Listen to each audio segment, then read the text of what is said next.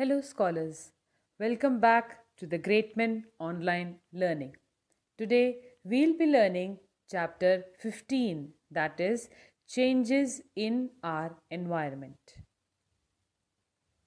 As you know, when your great grandparents lived, there was a different environment. The houses were well ventilated, there was greenery all around, there were few electric gadgets, less vehicles on the road, and fresh air all around. Yes, gradually, human beings have changed the grassland around them into farmlands, and the parts of forests have been cut down to build colonies and factories.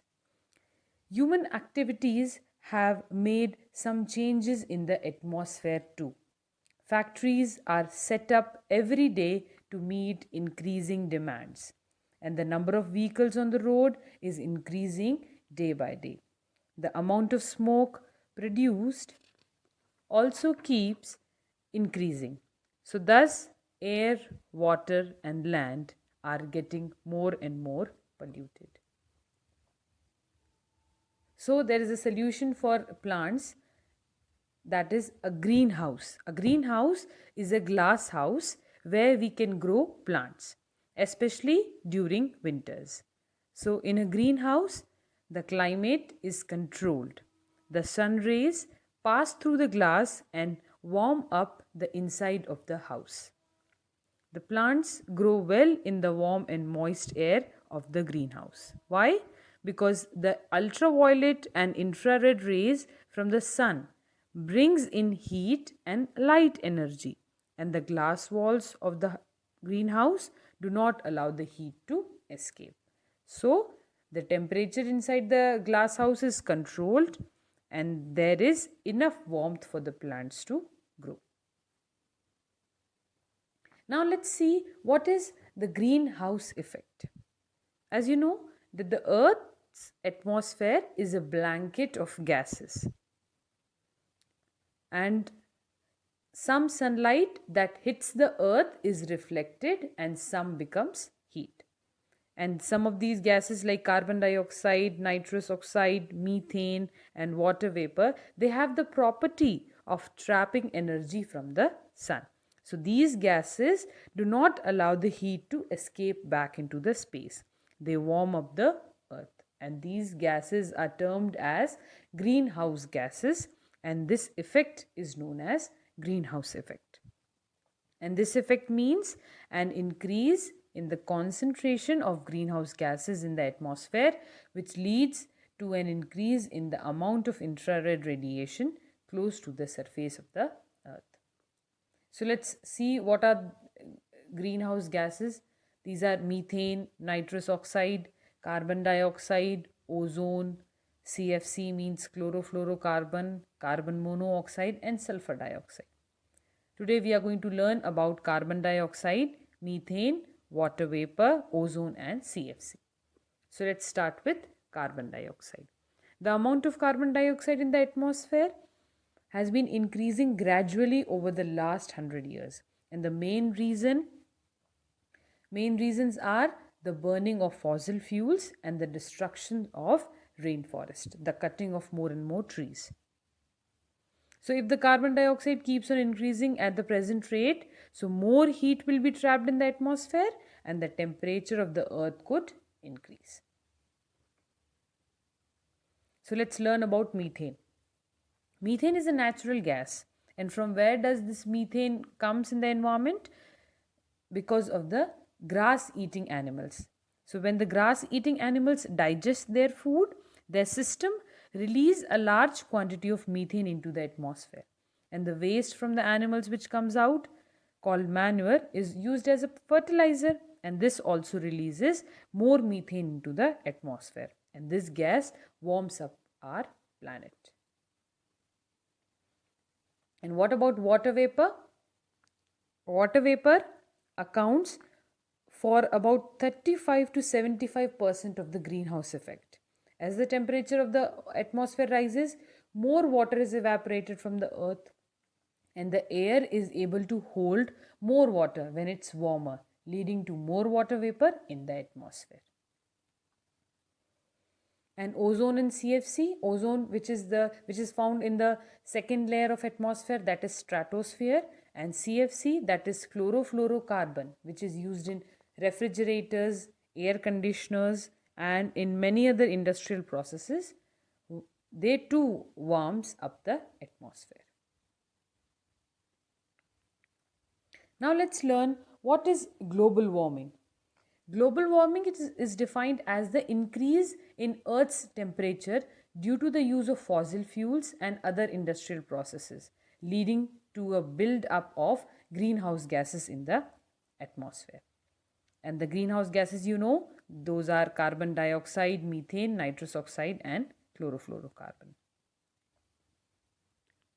So what is the effect of these climate changes that you can see and it is visible around? That is melting of polar ice caps, rise in water level of oceans, and flooding of places near the sea. So what efforts can you take to reduce the warming of process? How can you reduce the global warming? So each one of us can do our bit by using electricity carefully. When you can switch off the gadgets when not in use, and you can reduce the use of fuels. You can use the mass transports like bus or metro, and or you can grow more and more trees, or you can use recycled products. Now let's learn about pollution. There are three main types of pollution. They are air pollution, water pollution, and soil pollution. Smoke from vehicles, factories, and houses pollutes the air. The garbage from the houses thrown in the open pollutes the land and air and causes diseases. And the spilling of oil or petroleum and dumping of chemical waste from the factories into the rivers and seas, they harm water, plants, and animals, causing water pollution. So this is the way the pollution is caused. So let's learn some steps to control pollution. So we must restrict the use of more and more vehicles and electricity, and local bodies like panchayats and municipalities and corporation, they must make people realize that pollution can be reduced if the factories are located in area away from the places where people live, and tall chimneys can be fitted with the filters which can be used in factories to let out the smoke and gases. Then can be treated and made harmless before being dumped into water bodies. The garbage, wet or dry, coming from the houses should be thrown at the proper dumping places, and the use of plastic bags should be reduced, and we should plant more and more trees. So now let's learn how we can reuse or recycle the things. So this is done to reduce the collection of waste like metals, papers, cloths, rubber, and plastics in landfills. Landfills are the places where this garbage is collected. And these materials can be reused directly or recycled and then reused. As you can see in the picture, how the used tires are being they can be cut into shapes and can be used to make swing seats, climbing frames, and rubber slippers. And rubber tubes are also used to make jewelry items like beads and rings and bracelets. And also old truck tires are recycled to make playground surfaces, pencil pouches, and diary covers. And how the metal can be reused or recycled? As you must have seen, the people buy pipes, rods, and gates from scrap dealers for use as they are cheaper there. And craftsmen buy and melt pieces of scraps to make frames, decoration pieces, and jewelries. And empty aluminium cans are cleaned, shredded, melted, and then reshaped into new cans for reuse. So this was the end of the chapter. Let's see what all things we have learned. We have learned that human beings change the environment not only on land but in the atmosphere too. A greenhouse is a glass house which is kept warm by sunlight so that plants get enough warmth. A few gases go up in the air, form a covering in the atmosphere, and do not allow the heat to escape. These gases are greenhouse gases, which leads to greenhouse effect. And the heating up of Earth is called global warming. And the gases that do this mainly are carbon dioxide, water vapor, nitrous oxide, ozone, and methane. And the result of global warming are seen in many parts of the Earth.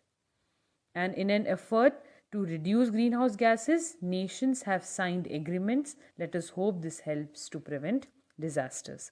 And pollution means the spoiling of land, air, and water. And many old objects can be reused or recycled. So I hope you must have understood the topics. So the assignment, the question answers, and the exercises related to the chapter can be found below in the description box. So take care of yourself and your family. Thank you so much.